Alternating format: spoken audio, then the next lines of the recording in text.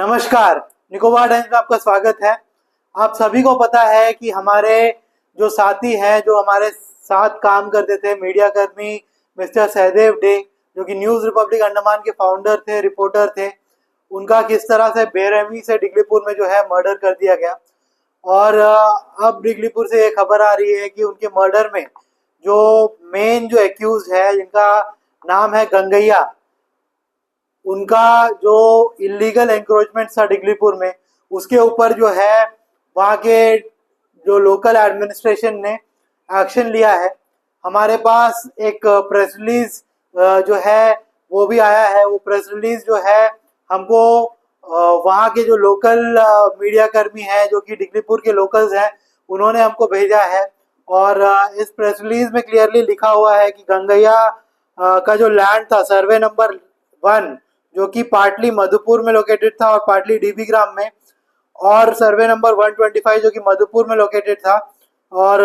उसमें से जो इलीगली एंक्रोच्ड एरिया है, उस इलीगली एंक्रोच्ड एरिया को जो है वेकेट कराया गया है। और ये प्रॉपर लॉफुल प्रोसीजर के तहत कराया गया, जहाँ पर एडवोकेट पुलिस प्रेजेंस भी जो है वो प्रेजेंट था, ताकि पीस मेंटेन रहे थ्रू आउट द प्रोसेस। ऐसा प्रेस रिलीज दिया है। और साथ ही साथ रेवेन्यू डिपार्टमेंट ने स्टर्न वार्निंग दिया है सारे अनऑथराइज्ड ऑक्यूपेंट्स को, और ये रिएटरेट किया है कि इलीगल एंक्रोचमेंट जो गवर्नमेंट लैंड में अगर आप करेंगे तो कभी टॉलरेट नहीं किया जाएगा। साथ ही साथ जो है उन्होंने कहा है कि ये जो उनका एक्शन है, ये जो है रीएफर्म करता है जो डेडिकेशन है रेवेन्यू डिपार्टमेंट का पब्लिक लैंड को प्रोटेक्ट करने के लिए, रीएफर्म करता है, ऐसा उन्होंने अपने प्रेस रिलीज में लिखा है। वहाँ पर जब सहदेव जी का मर्डर हुआ, जब हम वहाँ पर पहुंचे और हमने वहाँ पे रिपोर्टिंग करना शुरू किया, डिगलीपुर का जो हर एक आदमी है, हर एक आदमी जो है हमारे सामने यही बात रख रहा था कि गंगैया क्या क्या इलीगल जो है एक्टिविटीज वहाँ पर चलता है। डिगलीपुर के हर एक जो व्यक्ति है उसको गंगैया की इलीगल एक्टिविटीज के बारे में पता था। जिस तरह वो पड़ाक का इलीगल बिजनेस करता था, वो एक होटल बना रहा था, जो होटल जो है पूरा तरीके से कमर्शियल लैंड में नहीं था, उसका आधा पार्ट जो है वो नॉन कमर्शियल लैंड में जो है वो बना रहा था। उसका कई जो है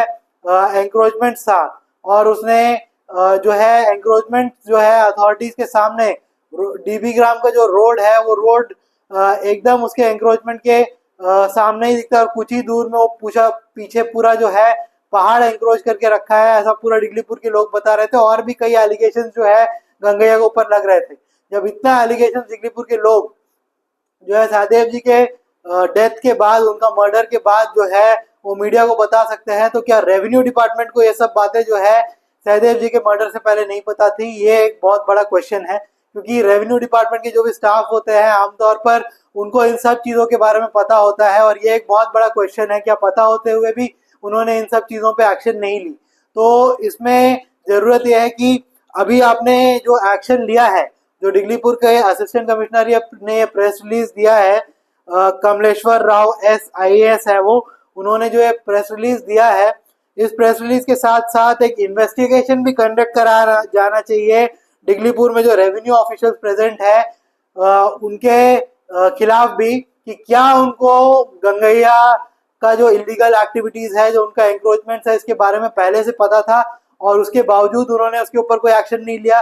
क्या उनका किसी तरह का लेन देन था गंगैया के साथ? इसके ऊपर भी इन्वेस्टिगेशन होना चाहिए, क्योंकि एक जो है होनहार रिपोर्टर को हम सबने खोया है, हमारे साथ काम करने वाले एक होनहार मीडिया पर्सन को हम सबने खोया है। तो उनका जो मौत हुआ है, उनका जो मर्डर हुआ है, वो इसी तरह से जो है ठंडे बस्ते में नहीं जाना चाहिए। सिर्फ एक एक्शन लेके, वो भी प्रेस रिलीज 8 तारीख को इशू करके कि हमने एक्शन लिया है उनका इलीगल एंक्रोचमेंट के ऊपर, रेवेन्यू डिपार्टमेंट जो है अपना पल्ला नहीं झाड़ सकता। रेवेन्यू डिपार्टमेंट को अपना एक इंटरनल इन्वेस्टिगेशन करना चाहिए, और साथ ही साथ अंडमान निकोबार एडमिनिस्ट्रेशन को इन्वेस्टिगेटिव जो एजेंसीज है, इन्वेस्टिगेटिंग एजेंसीज है, उनके थ्रू जो है,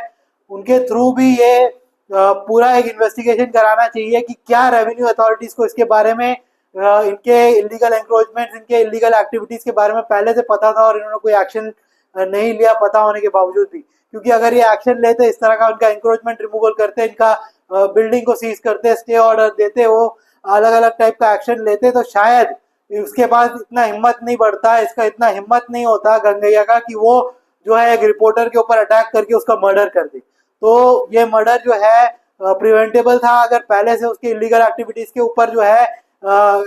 जो नकेब है वो कसता अंडमान निकोबार एडमिनिस्ट्रेशन, तो इसके ऊपर भी एक इन्वेस्टिगेशन होना चाहिए। धन्यवाद।